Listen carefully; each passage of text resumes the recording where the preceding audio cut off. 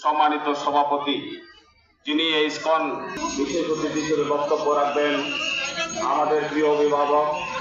বিশিষ্ট রাজনীতিবিদ কক্সবাজার জেলা পূজা উদযাপন পরিষদের সম্মানিত প্রধান উপদেষ্টা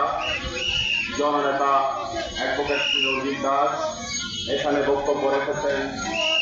কক্সবাজার পৌরসভার ৮ নং ওয়ার্ডের সংগ্রামী